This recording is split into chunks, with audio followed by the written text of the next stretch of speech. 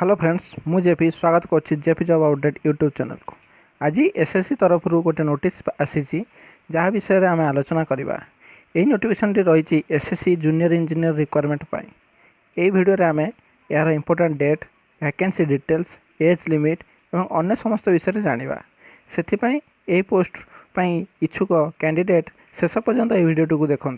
ता पूर्व जदि आपण मैंने आम चैनल नुआ ताले सब्सक्राइब कर दिंतु और पाखे बेल आइकन को दबाई दिंतु। चलतु वीडियो को स्टार्ट करवा। देखो फ्रेंड्स, यह हूँ से ऑफिशियल नोटिस टी जहाँकि एसएससी तरफ आसी। प्रथम आसतु जाना यार इंपोर्टेंट डेट भी कौन सब रही। देखो फ्रेंड्स, यार ऑनलाइन एप्लिकेशन फॉर्म स्टार्ट हो 1 अक्टोबर 2020 एवं यार लास्ट डेट रही 30 October 2020। Online fee payment last date रही 1 नवेम्बर 2020 एवं offline fee payment last date रही 3 नवेम्बर 2020 एवं यार CBT computer based test paper 1 22 March 2021 रु 25 मार्च 2021 मध्य अनुष्ठित होगा। तापर आसत जाना क्यों डिपार्टमेंट रे ये सब पोस्ट बाहर। देखो friends, border road organization, CPWD, CWPRS, CWC, Farakka barrage project एवं मिलिट्री इंजीनियरिंग सर्विस एवं नेशनल टेक्निकल रिसर्च ऑर्गेनाइजेशन तरफ जूनियर इंजीनियर पाई पदवी बाहर कराई। तापर आसत जाना एज लिमिट विषय।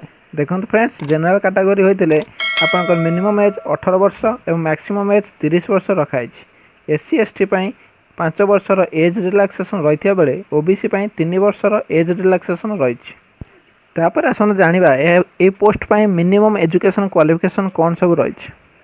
देखो फ्रेंड्स, एदि आपणकर बीटेक किंबा डिप्लोमा इन मेकानिकल, इलेक्ट्रिकल और सिविल ब्रांच रे होइथिबो ताले आपण माने एई सब पोस्ट पाई एलिजिबल हे परिबे। तापर आसन जानिबा या को आवेदन किपरि करिवे। देखो फ्रेंड्स, यार ऑफिशियल वेबसाइट www.ssc.nic.in को जाई अप्लाई ऑनलाइन रे क्लिक करले या को आवेदन करि परिबे। एथिरे एप्लिकेशन फी जनरल एवं ओबीसी कैटेगरी रो होइथिले 100 टंका रही बेले SC ST एवं समस्त वर्गर महिला मानक पई कोनोसी फी रखा जाय नाही। तापर आसन जानिबा एग्जामिनेशन प्रोसेस कौन सब रही। देखो फ्रेंड्स, एथे दुईटी स्टेज रे एग्जाम रही, पेपर 1 एवं paper 2। Paper 1 CBT computer based exam रही बेले पेपर 2 डिस्क्रिप्टिव मोड रही।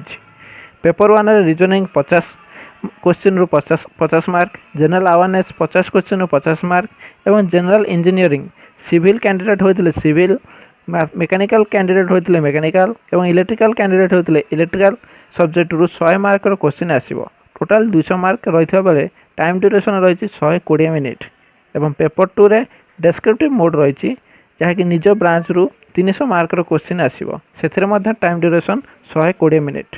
तो ये थिला नोटिफिकेशन विषय में जदि आपन कौन सी डाउट थाए ताले आपण माने हम कमेंट माध्यम जणाइले आमे तार निश्चित उत्तर देबू। जदि वीडियो भल लागिथिबो लाइक करेंगे और सांगमान सहित शेयर करेंगे। एभली लेटेस्ट जॉब अपडेट पाई आम चैनल को सब्सक्राइब करंतु। धन्यवाद।